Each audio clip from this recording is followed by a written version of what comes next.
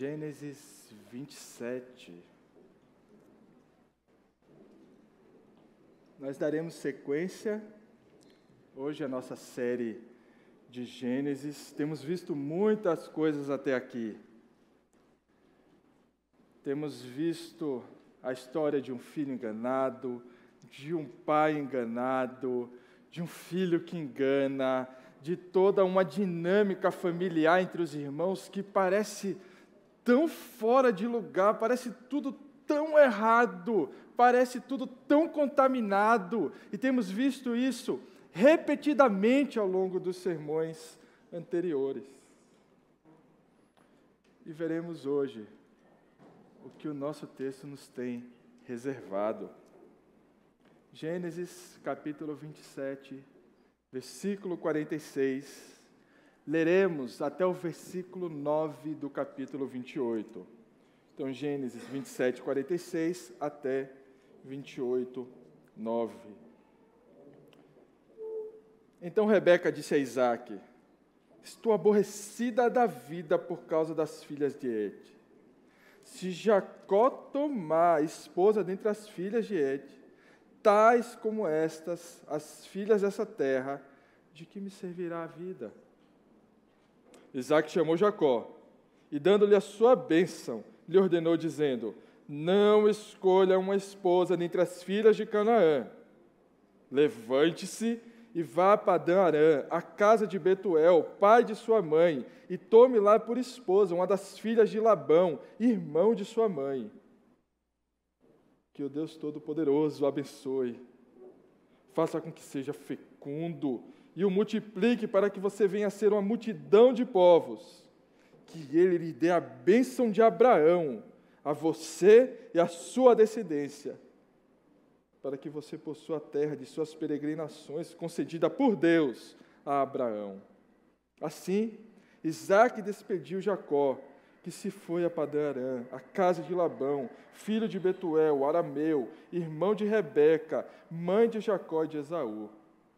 Esaú viu que Isaque havia abençoado Jacó e o havia mandado a Padã-Arã para tomar de lá esposa para si, e que ao abençoá-lo, lhe havia ordenado que não escolhesse uma esposa entre as filhas de Canaã. Soube também que Jacó, obedecendo ao seu pai e à sua mãe, havia ido a Padã-Arã. Sabendo também que Isaque, seu pai, não via com bons olhos as filhas de Canaã, Esaú foi à casa de Ismael, e além das mulheres que já tinha, tomou por mulher Malaate, filha de Ismael, filho de Abraão, irmã de Demaiote. Oremos. Senhor, somos gratos pela Tua palavra. Reconhecemos agora, Senhor, a nossa miséria, a nossa incapacidade de ouvir a Tua voz, de saber a Tua vontade. Por isso pedimos, Senhor, que o Senhor nos auxilie nesses instantes. Auxilie nos alimentando, nos mostrando, fazendo com que os nossos olhos sejam abertos. Em nome do Senhor Jesus. Amém. A terceira lei de Newton, a famosa terceira lei de Newton, ela é chamada de lei da ação e reação. Ela diz o seguinte, que ao aplicar uma força em um corpo, recebemos desse mesmo corpo uma força de igual intensidade, na mesma direção, mas em sentido oposto. Todo mundo entendeu? Vou tentar dar um exemplo. Já que a gente falou de foguete no último sermão, lembram? Vamos usar o foguete como exemplo. Imaginem a partida de um foguete. Existe uma força exercida nesse sentido através da combustão, para uma força ser entregue, então, nesse sentido, gerando a partida do foguete. Então, existe uma força nesse sentido, que gera uma força no sentido oposto, mas na mesma direção. Talvez você esteja se perguntando agora complicou para mim. Já estava difícil eu entender os sermões, agora eu preciso estudar as leis de Newton, preciso entender física para entender o sermão, mas não se preocupe. O que eu estou querendo dizer com isso? Que assim como na física, as nossas ações, elas possuem reações. Toda ação possui uma reação. A essas reações, fora das leis da física, nós damos o nome de consequências. Óbvio que existe ao menos uma grande diferença entre esse cálculo que é possível mensurar através de fórmulas, através dessa resposta de um corpo a uma força exercida, e as consequências dos nossos atos. As consequências dos nossos atos não podem ser medidas, pelo menos não de forma exata. Não adianta jogar uma fórmula lá. Olha, essa é a terceira lei das consequências dos seus atos. E aí você joga a fórmula ali, você calcula tudo, você sabe exatamente o que vai acontecer, quais são os reflexos, as consequências dos seus atos. Não dá para fazer isso. No entanto, apesar da imprecisão, o fato permanece. Todas as ações possuem reações. Toda força exercida tem a sua consequência. Nos últimos sermões, nós temos visto diversas ações. Várias ações foram acontecendo, ações que às vezes para nós soavam tão estranhas, esquisitas. Mas por que essas pessoas estão fazendo isso?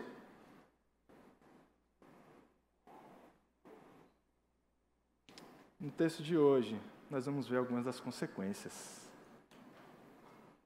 Vimos muitas ações, mas veremos hoje consequências. E a pergunta é: você tem visto as consequências dos seus atos? As consequências das suas ações, daquilo que você tem feito? Estão claras para você? Ou lhe estão ocultas? Ou talvez você até saiba, mas está tentando esconder, está tentando ignorar, está tentando relevar as consequências dos seus atos. Hoje falaremos sobre consequências. E para isso, dividiremos o nosso texto em 3 partes. Nosso texto de hoje está dividido em 3 partes. A primeira parte é o versículo 46. Lembram que há 2 sermões atrás o Jonas disse que esse capítulo 27 era dividido em quantos sermões? Em quantos diálogos? 6 diálogos. 6 conversas. Esse versículo 46 é o último desses diálogos que fecha essa parte e também fornece uma introdução para o que vem a seguir. Portanto, a primeira parte, versículo 46, o primeiro ponto, eu chamei de manipulação. O segundo ponto, já entrando no capítulo 28, está nos versículos 1 a 5, que eu chamei de bênção. Então, versículo 46, manipulação, versículos 1 a 5, bênção. E versículos 6 a 9, a nossa terceira parte, a terceira divisão desse texto, a falsa piedade. Vejamos o que o nosso texto, então, nos tem reservado para hoje. Então Rebeca disse a Isaac, versículo 46, o último diálogo dessa sequência de 6 diálogos: estou aborrecida da vida por causa das filhas de Et. Se Jacó tomar a esposa dentre as filhas de Et, tais como estas, as filhas desta terra, de que me servirá a vida? Como eu disse, esse versículo ele está aqui colocado como uma transição entre o texto, aqueles diálogos anteriores, e o que nós vamos abordar na sequência. Uma falha que nós sempre temos, a gente aqui, nós gostamos muito de calcular, né? Alguns mais do que outros. Mas uma falha que nós sempre temos é em calcular as consequências. Às vezes nós temos um plano extremamente bem arquitetado, bem montado, mas não existe uma legenda ali no plano, no pé desse projeto, dizendo consequências, ou possíveis consequências. Simplesmente o plano parece perfeito, tudo bem montado, e nós falhamos. Sempre existe uma consequência das nossas atitudes.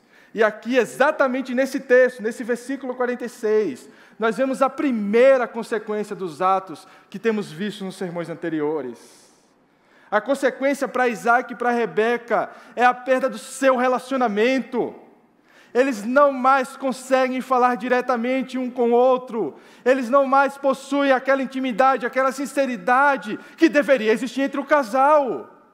Rebeca constantemente se dirige agora a Isaac através de meias palavras.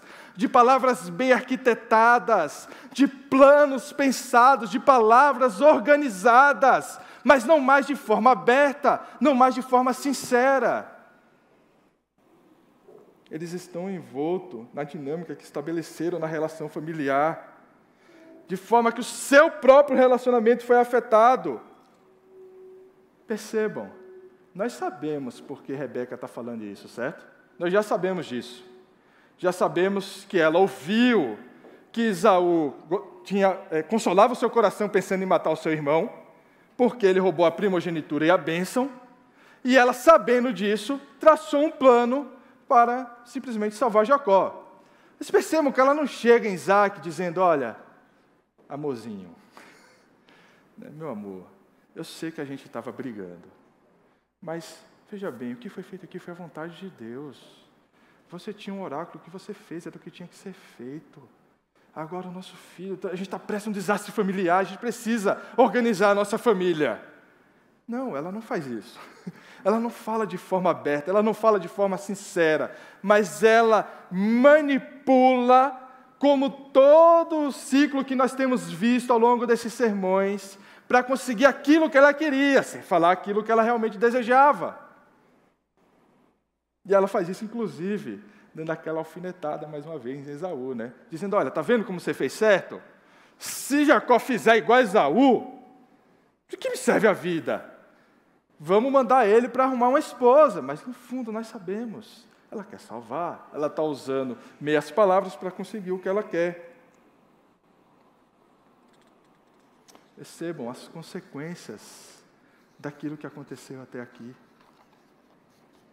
O relacionamento foi perdido. A sinceridade foi perdida. A intimidade não existe mais ali. É como se estivesse falando de negócios agora. Cada um tentando garantir o seu. A guerra fria da bênção, da primogenitura, que eles travavam através dos filhos. Ela se encerrou, mas as consequências permaneceram. As ações geraram consequências. Meus irmãos, nós não podemos imaginar que as nossas ações não possuem consequências. É impressionante como nós temos a Bíblia recheada de exemplos, recheada, repleta, do início ao fim, de exemplos de pecados que deixaram consequências, deixaram marcas, que causaram dor, que causaram sofrimento, que tiraram a esperança de tantos que eram servos fiéis de Deus. E ainda assim, vivemos como se os nossos pecados não tivessem consequências. Vivemos como se as nossas ações não produzissem reações. Vivemos como se o pecado não deixasse cicatrizes. Não deixasse cicatrizes em nosso coração, em nossa memória, em nossa esperança, em nossa fé.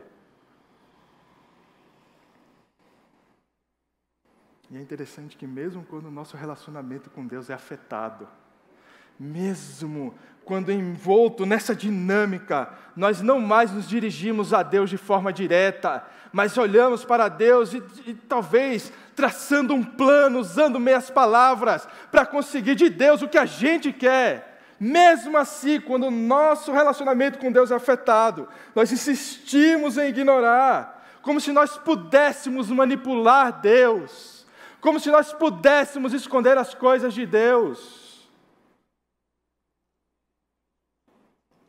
Se essa é a sua situação hoje, meu irmão, se você está me ouvindo e você diz, puxa, essa é a minha situação hoje, é hora de mudar o curso. É impressionante como nós fazemos de tudo para evitar um vírus. Nós pagamos qualquer preço para evitar a contaminação de um vírus, o que é justo. Mas na luta contra o pecado, temos sido tão negligentes. Pagamos qualquer preço para evitar alguma coisa que pode contaminar, talvez até matar o nosso corpo. Mas contra o inimigo das nossas almas, da nossa fé, temos sido moles, frágeis, não temos lutado contra o pecado.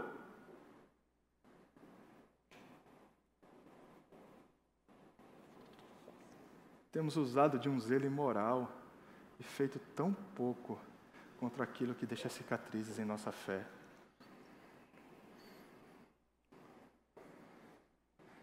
Caminhamos para o nosso segundo ponto. Versículos 1 a 5. Aqui encontramos a parte onde a bênção, então, é mais uma vez administrada com algumas distinções.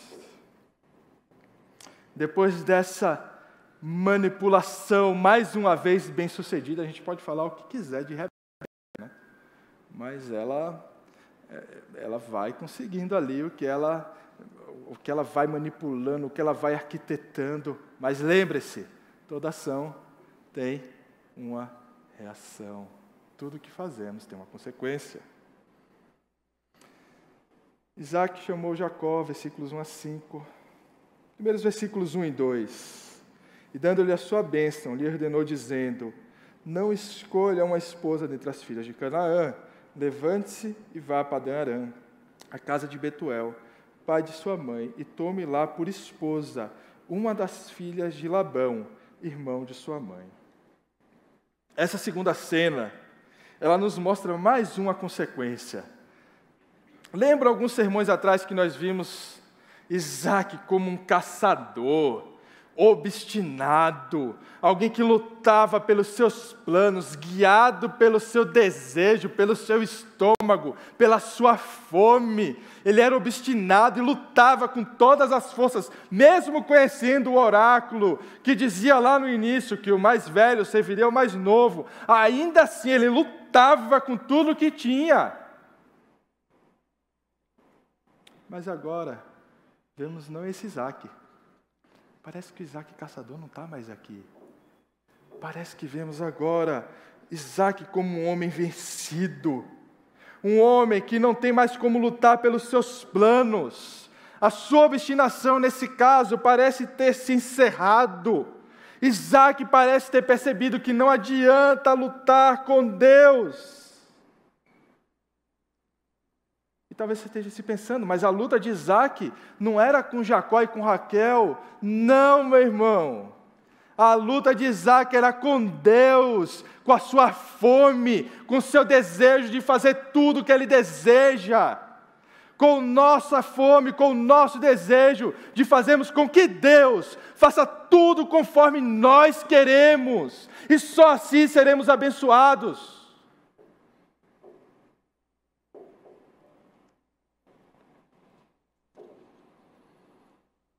Nós encontramos agora Isaac como um homem vencido, um homem derrotado, não mais esse caçador obstinado, não mais alguém que luta, mas alguém que simplesmente está derrotado. Meus irmãos, certamente, essa condição é dolorosa. A condição daquele que se encontra vencido, derrotado, ela não é agradável. Mas não lhe deixe escapar a percepção de que é a graça de Deus que nos coloca nessa situação. É só a graça de Deus que nos mostra o quanto é inútil a nossa busca de satisfazer os nossos desejos. É só a misericórdia de Deus que nos mostra o quanto é inútil a busca e insuficiente a busca por aquilo que nós queremos. A humilhação, a dor, é a reação de um Deus misericordioso à ação dos seus filhos obstinados. É a graça de nos percebermos derrotados, vencidos, mas ainda assim diante de Deus. Derrotados, tristes, vencidos, mas diante do único e verdadeiro Deus. Isaac chama o filho e não lhe dirige nenhuma repreensão pelos meios utilizados. Percebam que agora esse movimento da bênção, ele é distinto daquele movimento anterior que nós vimos. Quando ele rouba, ou pela sua artimanha, rouba a bênção do seu irmão dentro da tenda do seu pai. Esse aqui agora é um ato público. É um ato de conhecimento geral. Ele não chama mais o seu filho em sua tenda, mas publicamente agora ele o chama. E publicamente ele não dá nenhuma palavra de repreensão. A forma como ele conseguiu a primogenitura e a bênção. Apenas o instrui primeiro, negativamente, a não tomar uma esposa dentre as filhas de Canaã, e depois, positivamente, a escolher uma esposa entre as filhas de Labão. Uma dinâmica que nós já estamos familiarizados, como vimos, por exemplo, em Gênesis 24, 3 e 4, quando Abraão, lembram? A cena dos camelos, quando Abraão envia o seu servo até essa mesma terra para conseguir uma esposa para Isaque. Os versículos 3 e 4, eles nos mostram o reconhecimento dessa derrota, o reconhecimento desse Isaque derrotado. Ele não dirige nenhuma palavra de repreensão. Ele não está mais lutando, ele não está mais obstinado, não existe mais repreensão. Ele sabe com quem ele estava lutando agora. Nos versículos 3 e 4, nós vemos a bênção propriamente dita.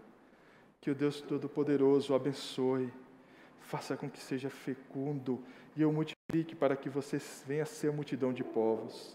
Que Ele lhe dê a bênção de Abraão. E essa é a primeira e única vez, junto nesse texto, a única vez onde Isaque vai citar o seu pai Abraão. Que Ele lhe dê a bênção de Abraão, a você e a sua descendência, para que você possua a terra de suas peregrinações, concedida por Deus a Abraão.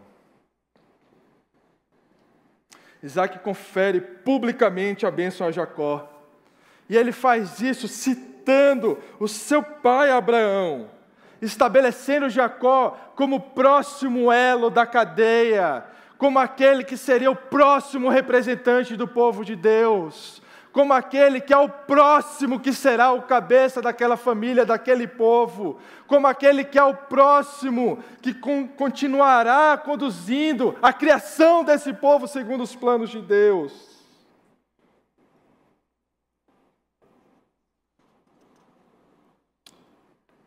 A graça nos é dada ao percebermos que fomos derrotados, não por um inimigo equivalente. A graça de Isaque não está em imaginar que ele foi derrotado por Rebeca ou por Jacó. Mas a graça de Deus nos é dada quando percebemos que fomos vencidos, mas por um adversário que jamais poderia ser derrotado, que ninguém poderia vencer, nem mesmo a morte poderia vencer. Essa é a graça de Isaque. É aquele que agora diz: Senhor, que os seus planos sejam feitos, eu não vou mais lutar com o Senhor. Confesso que não era o que eu queria. Eu tentei a todo custo fazer uma outra coisa. Mas eu sei que a tua vontade é soberana. Eu sei que a tua vontade é perfeita. Seja Jacó o próximo, aquele sobre quem a bênção de Abraão irá repousar, sobre quem o Senhor dará continuidade à criação do seu povo. Eu abençoarei Jacó, porque é a tua vontade. E a gente não precisa espiritualizar imaginando que esses momentos são agradáveis. São momentos assim, deliciosos, que a gente simplesmente desfruta. Ele faz isso e simplesmente sai alegre, feliz. Não! São momentos dolorosos, mas eles são de verdade. A briga que você tinha com Deus era vazia. A dor é de verdade, porque é o reconhecimento da nossa miséria, do nosso pecado, é o reconhecimento da graça e da misericórdia de um Deus que não precisaria, mas tem olhado por nós. O consolo vem em saber que todas as promessas, toda a palavra de Deus, a despeito da nossa tentativa de comprometer tudo aquilo que o Senhor faz, todas elas se cumprirão. O versículo 5 nos traz mais uma consequência. Mais uma vez somos lembrados de que toda ação possui uma reação. Toda força exercida receberá uma força contrária. Versículo 5 diz assim: assim Isaque despediu Jacó, que se foi a Padã-Arã, a casa de Labão, filho de Betuel, arameu, irmão de Rebeca, mãe de Jacó e de Esaú. Se você lembra, no sermão anterior, o plano de Rebeca era simplesmente deixar ele ali um tempo. Agora, talvez ele já voltasse casado, mas simplesmente um curto período de tempo e ter novamente o seu filho próximo dela. Aliás, que mãe gosta de ter o seu filho distante? Que mãe gosta de ter seu filho separado de você? As mães querem os filhos próximos, perto, junto. Isso não muda com a idade não, viu? Isso não vai mudar com a idade não. Você vai ter 60 anos, sua mãe vai querer você ali do seu lado. Eu juro. Né, Fafá? Eu sei. Ela tinha um plano. Ela queria o filho dela perto. Mas aqui nós encontramos a última vez que Rebeca vê Jacó. Ela não veria mais o seu filho. Nunca mais. Esse é o último encontro deles. Ela estava ansiosa para salvar o seu filho. E ela vai salvar. Mas existe uma consequência. Ela nunca mais verá o seu filho. E mesmo que ela esteja ansiosa por salvar, por preservar a vida dele, ela nunca vai poder proteger ele de todo o sofrimento. Ela nunca vai poder proteger ele de todas as coisas. Ela não tem esse poder, por mais que o plano seja muito bem montado. Ela não tem como fazer isso. Isso fica provado aqui. Ela não mais encontrará o seu filho.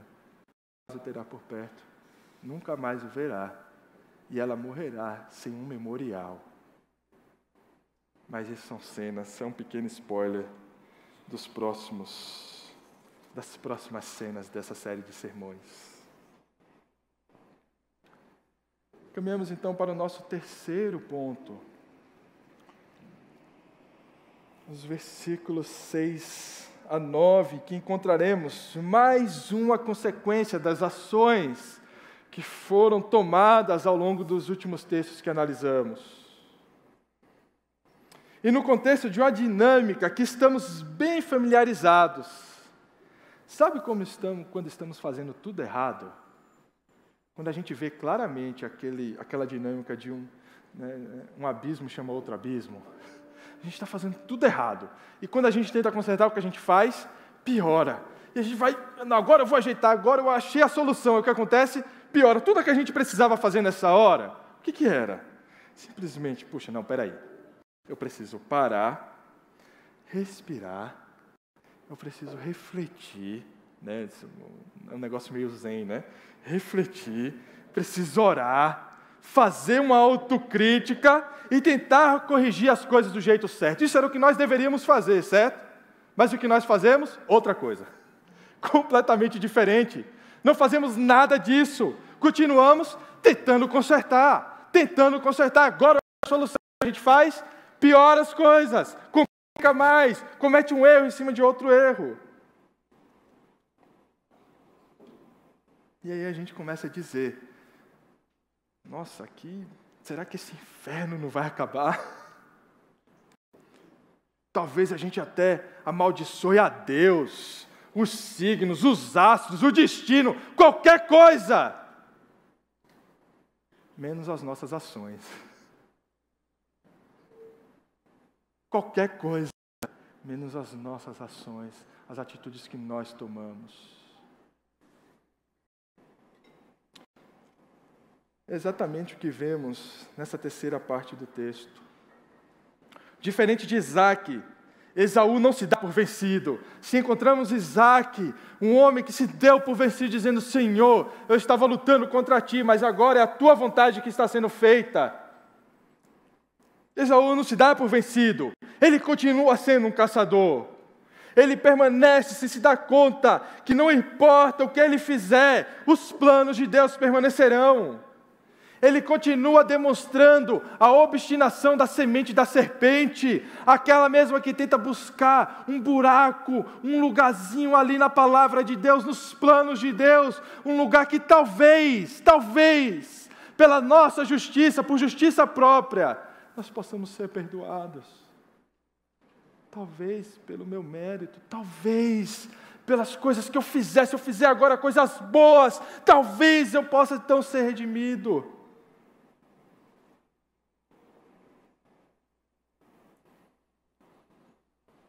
E vemos exatamente isso nos versículos que seguem, versículos 6 e 7. Percebam. Esaú viu, lembra que a gente falou que essa bênção agora, ela não era mais dentro de uma tenda, ela era pública. Esaú viu que Isaque havia abençoado Jacó e o havia mandado a Padã-Arã para tomar de lá a esposa para si. Ele viu essas coisas. E que ao abençoá-lo, lhe havia ordenado que não escolhesse uma esposa dentre as filhas de Canaã. Ele viu e ouviu as instruções, ele estava ali testemunhando. Não teve uma palavra de repreensão a Jacó.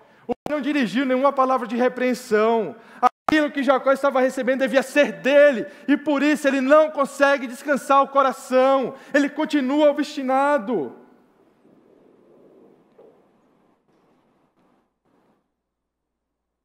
Soube também que Jacó, obedecendo a seu pai e a sua mãe, havia ido a Padã-Arã.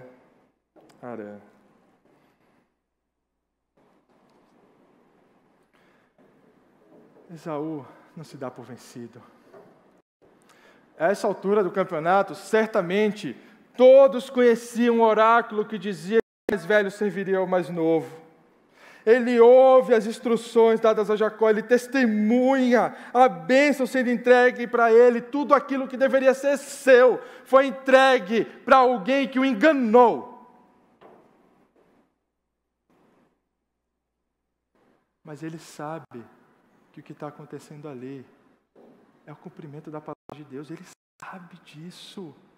Ele sabe que existiu o oráculo, ele vê o seu pai vencido. Ele vê que o seu pai lutou por ele e o amava, mas ele está vencido, não por causa de Rebeca e Jacó, mas por causa dos planos de Deus, mas nada disso parece importar. Nada parece atingir o coração de caçador de Esaú. Nada parece sensibilizar o coração obstinado dele. Ele não parece perceber que a única ação que poderia mudar o curso das coisas não é simplesmente encontrar uma forma de consertar tudo agora, mas é o arrependimento. A única coisa, meus irmãos, que pode mudar o curso da nossa vida, a única coisa que pode mudar a natureza da nossa vida, pode mudar os nossos objetivos, pode mudar o sentido da nossa vida, a única coisa que pode fazer isso por nós é o arrependimento.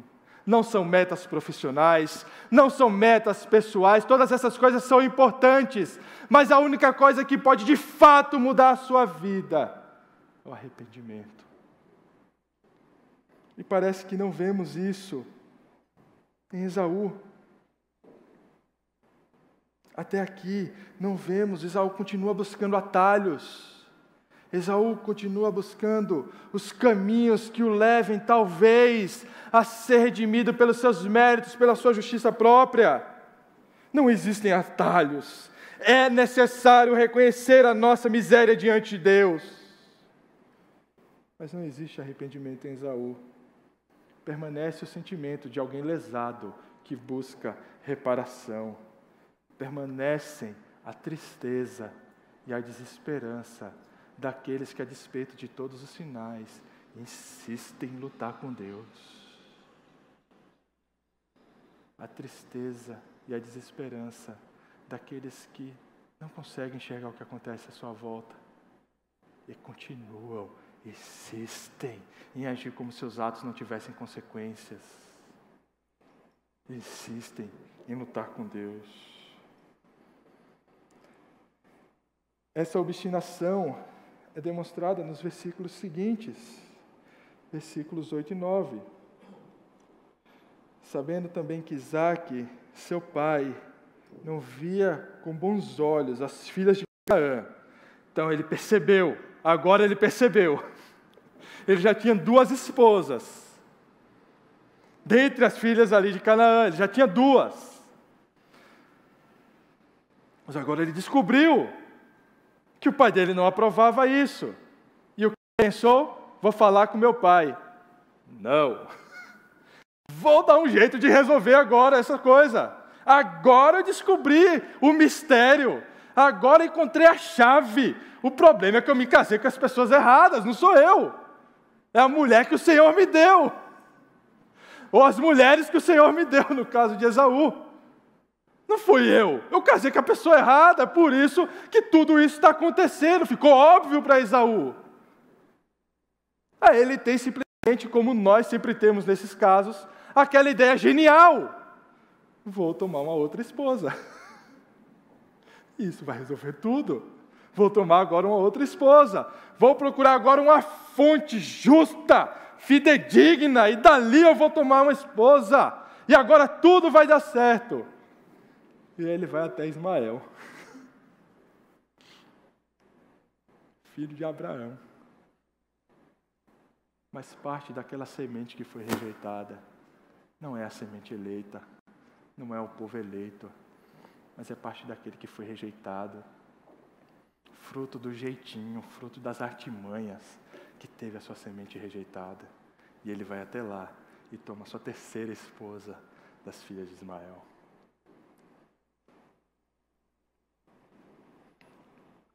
Percebam que ele não considera Deus, ele não se dirige a Deus, ele não quer agradar a Deus, mas ele está olhando para o seu pai. E ele continua nesse voo solo, sem consultar ninguém, sem considerar os planos de Deus, sem considerar as reações, sem pensar nas consequências. Ele toma outra esposa das filhas de Ismael, desse povo que foi rejeitado, buscando agradar o seu pai, como se essa aprovação do seu pai pudesse prover para ele alguma redenção. Como se a aprovação do seu pai pudesse agora, tendo a aprovação dele, pudesse agora ser redimido dos seus atos.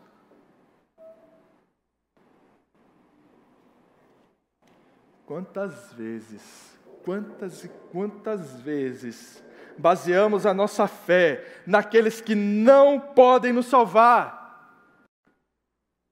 Baseamos a nossa fé em pais, amigos, pastores, diáconos, qualquer um. Mas eles não podem nos salvar. Esperamos dos outros aquilo que deveríamos esperar somente de Deus. Nenhum pastor, nenhum pai, nenhuma mãe, por mais que te ame, pode te resgatar da tua miséria, meu irmão.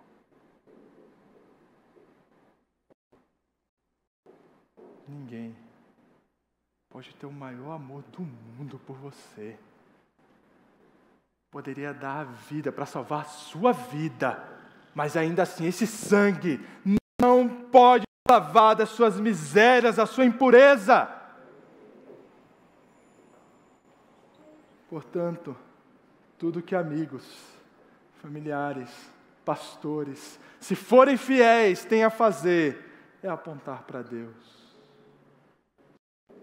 O melhor que podemos fazer, se formos fiéis à palavra, é mostrar a cruz. Ali, na cruz, onde toda a luta foi vencida. Toda a obstinação foi pregada no madeiro. Foi ali onde sangue e graça foram derramados. O sangue de ninguém pode te salvar da sua miséria. Apenas o sangue de Cristo é poderoso para nos salvar e nos purificar. Ali é onde a ação de um só justo, um só homem, traz consequências sobre a vida de muitos. Ali é onde só uma ação, um sacrifício, um cordeiro, traz vida para muitos. Ali é onde o sangue derramado grita para quem quiser ouvir que o tempo da obstinação é acabado. Ali é onde a cruz grita para todos que têm ouvidos: não adianta lutar com Deus, não é tempo de lutar com Deus. Ali vemos só um vitorioso. Tentamos olhar para esse tipo de história e buscar quem foi o vitorioso, quem foi o derrotado.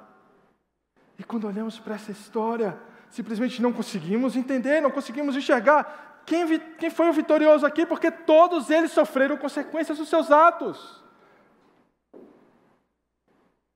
Ninguém foi vitorioso. Só existe um vitorioso, um rei, um senhor, um pastor, um que dá vida, um que derramou seu sangue, um justo que purifica muitos injustos. Recebemos graça quando nos encontramos vencidos, derrotados, tristes, mas ao pé da cruz. Mas o nosso grande desafio, meus irmãos, é que nós somos exatamente como Esaú. Nós não somos sequer como Isaque, que se dá por vencido, que parece derrotado, mas nós somos exatamente como Esaú. Agimos sem calcular as consequências, olhamos para os outros esperando deles o que deveríamos esperar somente de Deus. Temos o coração endurecido para o arrependimento. Somos muito bons em ver que os outros estão errados. Mas quando se trata das nossas falhas, talvez elas não sejam tão graves assim. Pelo menos não tão graves ao ponto de ser necessário algo tão pesado como arrependimento.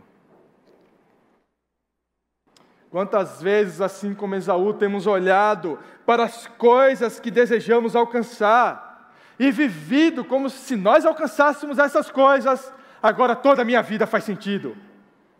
Eu tenho o objetivo, se eu alcançar isso aqui, toda a minha vida então vai ser preenchida de significado. Se eu alcançar essa bênção, então tudo vai fazer sentido na minha vida. Todos os planos vão fazer sentido. Somos ótimos, por exemplo, em criticar justamente a teologia da prosperidade. Justamente criticamos. Mas somos terríveis em lidar com uma aparente falta de bênção em nossas vidas.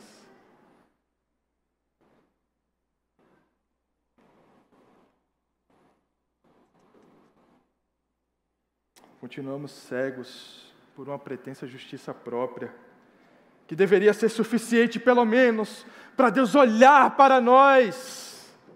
As coisas que temos feito, que são boas, deveria servir para, pelo menos, Deus olhar para nós e nos dar a bênção.